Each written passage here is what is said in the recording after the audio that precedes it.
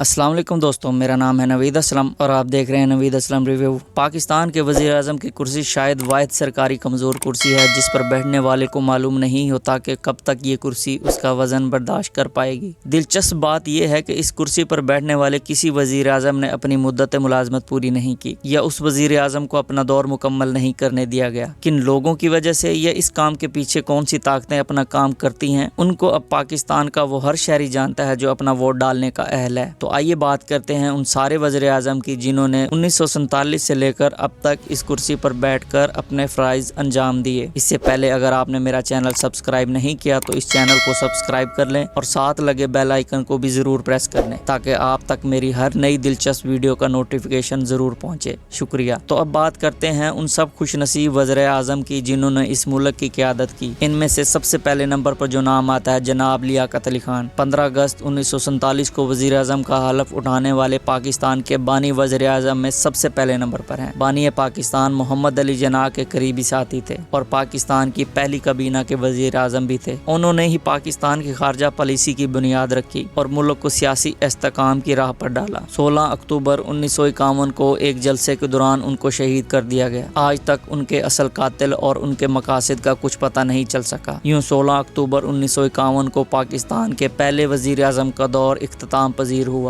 خواجہ ناظم الدین 17 اکتوبر 1951 کو پاکستان کے دوسرے وزیر اعظم منتخب ہوئے۔ خواجہ ناظم الدین اس سے پہلے قائد اعظم پاکستان کے بعد دوسرے گورنر جنرل کے عہدے پر فائز تھے، لیکن وزیر اعظم بننے کے بعد گورنر جنرل کا عہدہ چھوڑ دیا تھا۔ ان کے دور حکومت میں ملک میں معاشی اور سیاسی بحران پیدا ہو گیا تھا۔ اسی وجہ سے اس وقت کے گورنر جنرل غلام محمد نے ان کو 17 اپریل 1953 کو برطرف کر دیا تھا۔ جناب محمد علی بوگرا۔ خواجہ ناظم الدین کی برطرفی کے بعد محمد علی بوگرا 17 اپریل 1953 کو اگلے وزیر اعظم پاکستان بنے۔ ان کے دور حکومت میں اہم سیاسی اور آئینی تبدیلیاں کی گئیں۔ محمد علی بوگرا کی حکومت کا اختتام گورنر جنرل سکندر مرزا نے کیا۔ سکندر مرزا نے 11 اگست 1955 کو 1 یونٹ کے نفاذ کے بعد محمد علی بوگرا کو عہدے سے ہٹا دیا۔ چودھری محمد علی 12 اگست 1955 کو اگلے وزیر اعظم پاکستان منتخب ہوئے۔ چودھری محمد علی کی حکومت میں پاکستان کا پہلا آئین تشکیل دیا گیا جس میں پاکستان کو اسلامی جمہوریہ پاکستان کا نام دیا گیا۔ اس کے بعد وہ جلد ہی اسمبلی میں اپنی حمایت کھو بیٹھے اور 12 ستمبر 1956 کو مستعفی ہو گئے۔ جناب حسین شہید سہروردی 12 ستمبر 1956 کو وزیر اعظم پاکستان کا حلف اٹھانے والے 5ویں وزیر اعظم پاکستان تھے اور مشرقی پاکستان موجودہ بنگلہ دیش سے تعلق رکھنے والے پہلے پاکستانی تھے۔ تاہم سیاسی اختلافات اور دباؤ کی وجہ سے انہیں بھی 18 اکتوبر 1957 کو استعفیٰ دینا پڑا۔ پاکستان کے چھٹے وزیر اعظم ابراہیم اسماعیل چندریگر تھے۔ 18 اکتوبر 1957 کو حلف لینے والے اس وزیر اعظم کے وزن کو اس کی کرسی 55 دنوں تک ہی سنبھال پائی۔ وہ 16 دسمبر 1957 کو مستعفی ہو گئے۔ 7ویں وزیر اعظم کا حلف اٹھانے والے ملک فیروز خان نون تھے۔ 16 دسمبر 1957 کو حلف اٹھانے کے بعد انہیں بھی سیاسی چیلنجز کا سامنا کرنا پڑا۔ سیاسی اور معاشی حالت اتنی کمزور ہو گئی کہ 7 اکتوبر 1958 کو جنرل ایوب خان نے مارشل لاء نافذ کر دیا۔ مارشل لاء نافذ ہونے کے بعد وزیر اعظم کا عہدہ بھی معطل ہو گیا۔ تقریباً 13 سال ملک میں صدارتی نظام نافذ رہا۔ 13 سال بعد پاکستان میں سیاسی سرگرمیاں بحال ہوئیں تو یہ عہدہ بھی بحال ہو گیا۔ ملک کے 8ویں وزیر اعظم کے طور پر نور الامین کا نام سامنے آیا۔ 7 دسمبر 1971 کو حلف لینے والے وزیر اعظم کو صرف 13 دن بعد ہی 20 دسمبر 1971 کو ہٹا دیا گیا۔ پھر اس کے بعد ذوالفقار علی بھٹو نے اس عہدے کو سنبھالا جو عارضی طور پر تھا۔ آئینی طور پر ذوالفقار علی بھٹو کے اس دور کو نہیں گنا جاتا۔ یہ وہی دور ہے جب پاکستان کے آئین کو ترتیب دیا گیا۔